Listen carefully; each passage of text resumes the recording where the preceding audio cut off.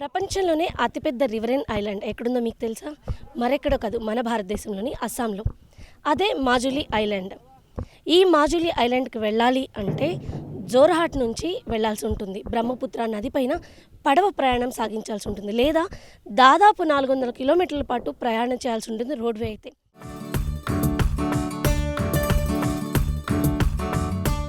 పరవశించే ప్రకృతి అందాలు, మనసు తరింపచేసే నదీ తీరాలు, చెబుతూ పోతే ఎన్నో విశేషాలు, మరెన్నో ప్రత్యేకతలు. ఇదే మజూలి. అసోం రాష్ట్రంలో పర్యాటకంగా ఎంతో ప్రాచుర్యం పొందిన ప్రదేశం. దాదాపు 1,60,000 మంది జనాభా ఉండే మజూలి ప్రపంచంలోనే అతిపెద్ద నదీ ద్వీపం కావటం విశేషం. 527 చదరపు కిలోమీటర్ల విస్తీర్ణంతో ప్రకృతి అందాలు, వైష్ణవ మఠాలు, చారిత్రక కళలు, గిరిజనుల జీవన విధానానికి నెలవు. అసోం రాష్ట్రానికి వెళ్లే ప్రతి ఒక్కరూ తప్పకుండా సందర్శించాల్సిన ప్రదేశం మజూలి అనడంలో ఎలాంటి సందేహం లేదు. మరి మజూలి ప్రాంతానికి ఎలా చేరుకోవాలి?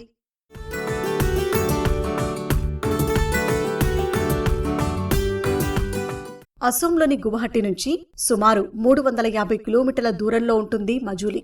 విమానం, రైలు, రోడ్డు మార్గాల ద్వారా జోర్హాట్కు వెళ్లి అక్కడి నుంచి ఫెర్రీ ప్రయాణం ద్వారా మజూలీకి చేరుకోవాలి. జోర్హాట్ నుంచి రోడ్డు మార్గంలో వెళ్లాలంటే 400 కిలోమీటర్ల దూరం. అదే బ్రహ్మపుత్ర నది గుండా వెళితే 14 కిలోమీటర్లు మాత్రమే. అందుకే చాలా మంది ఫెర్రీల ద్వారా ప్రకృతి అందాలు, నదీ సోయగాలు చూస్తూ మజూలీకి చేరుకుంటారు. ఉదయం 9 నుంచి సాయంత్రం 3 గంటల వరకు ఫెర్రీలు అందుబాటులో ఉంటాయి. వాహనాలు, వస్తువులను ఫెర్రీల ద్వారానే తీసుకెళ్తుంటారు.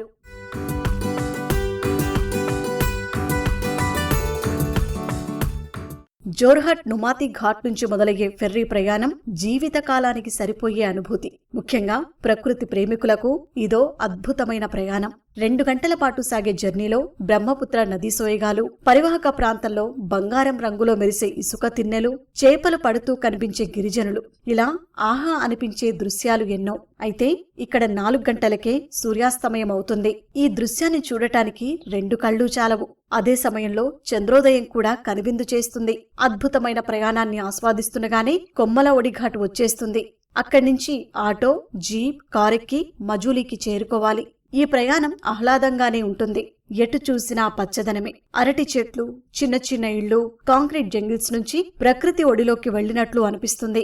ఇవన్నీ ఆస్వాదిస్తూ చేసే ప్రయాణం మాటల్లో చెప్పలేమని అక్కడికి వచ్చే పర్యాటకులు చెబుతుంటారు. మరి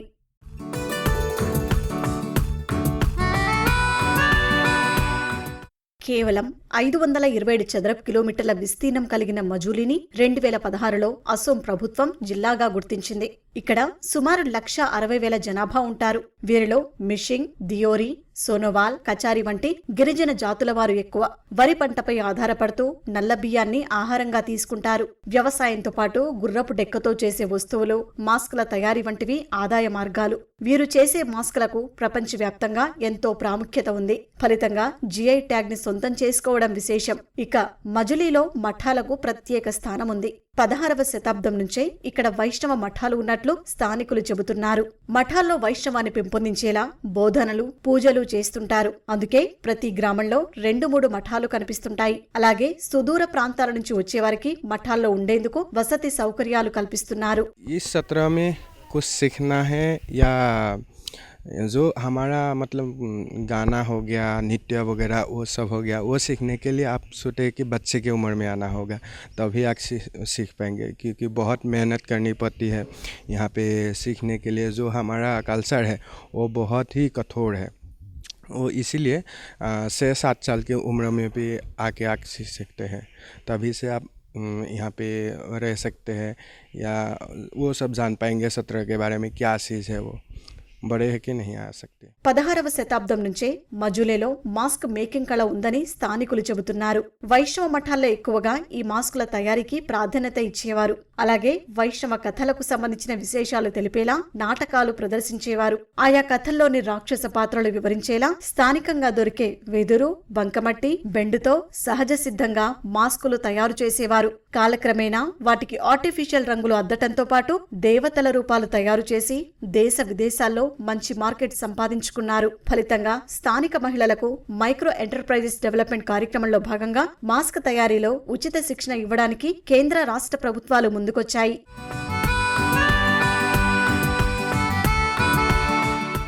మాస్కులు విక్రయించేందుకు ఎగ్జిబిషన్లు ఏర్పాటు చేసి మార్కెటింగ్ పరంగా సహకారం అందుతోంది. ఫలితంగా మంచి లాభాలు రావడంతో పాటు మాస్కులకు జిఐ ట్యాగ్ గుర్తింపు లభించింది.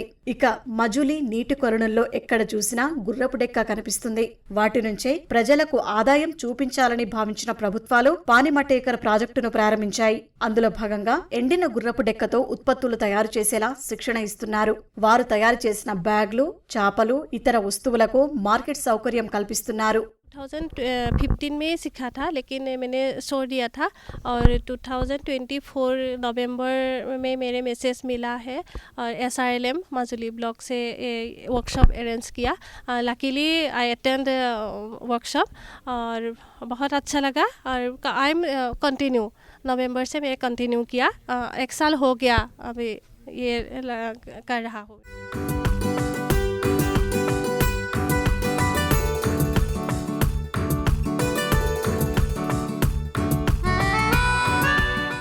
మజులీలో అనేక చోట్ల రోడ్డు కంటే ఎత్తుగా ఇళ్లు నిర్మించి ఉంటాయి. ప్రతి ఇంటికి ఓ పడవ ఉంటుంది. కారణం వర్షాలు వస్తే ఊరు నదిగా మారటమే. మజులి జిల్లా ఓ గిన్నె ఆకారంలో ఉంటుంది. చుట్టూరా నది ఉండటం వల్ల వర్షం పడితే నీరు ఎక్కడికక్కడ నిలిచిపోతుంది. అందుకే ఇల్లు ఎత్తుగా నిర్మించుకుంటారు. బయటకు రావడానికి పడవలను ఉపయోగిస్తారు. వర్షాకాలం వస్తే కొన్ని వారాల పాటు రోడ్లపైనే ఉండాల్సిన పరిస్థితి. అలాగే మజులి నుంచి పెద్దాసుపత్రికి వెళ్లాలంటే జోర్హాట్ కు రావాల్సి ఉంటుంది. అందుకే బ్రహ్మపుత్ర నదీ ఘాట్ల వద్ద ఫెర్రీ అంబులెన్సులు సిద్ధంగా ఉంటాయి. అయితే ఈ సమస్యల పరిష్కారానికి ప్రభుత్వాలు చర్యలు చేపడుతున్నప్పటికీ మజులి భౌగోళిక పరిస్థితుల వల్ల ప్రజలకు ఇబ్బందులు తప్పటం లేదు.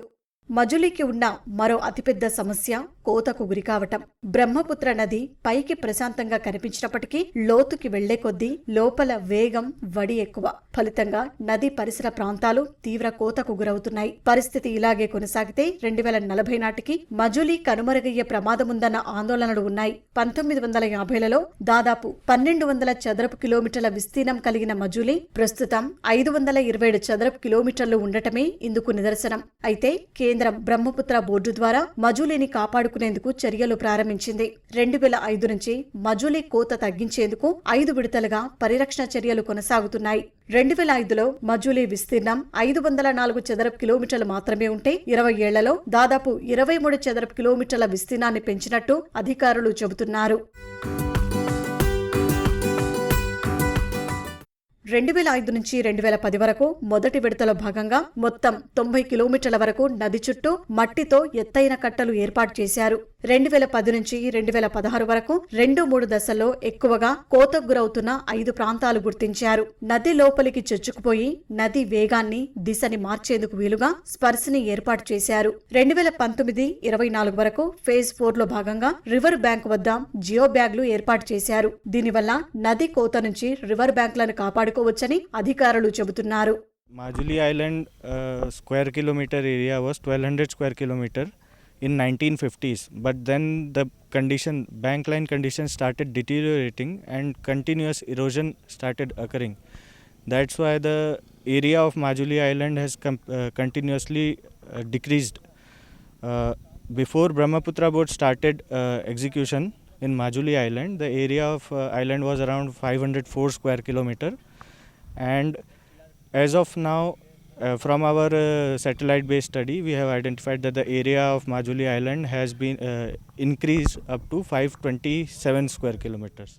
మొత్తంగా అద్భుతమైన నదీ ద్వీపం మజులిని సందర్శించడం నిజంగా జీవితంలో మరపురాని అనుభూతి అనడంలో సందేహం అక్కర్లేదు. పల్లె అందాలు, ప్రకృతిలో మమేకమై జీవిస్తున్న గిరిజనులు, ఫెర్రీ ప్రయాణం వంటివి ఓ సుందర అనుభవం. కానీ కొన్ని సమస్యలు మజులి ప్రాంతాన్ని వేధిస్తున్నాయి. వాటిని పరిష్కరించేందుకు బ్రహ్మపుత్ర బోర్డు ప్రయత్నాలు చేస్తోంది. సాధ్యమైనంత త్వరగా వాటన్నింటికీ పరిష్కారం లభిస్తే మజులి పర్యాటకులతో పాటు స్థానికంగా ఉండే ప్రజలకు చక్కని మజిలీ అవుతుంది.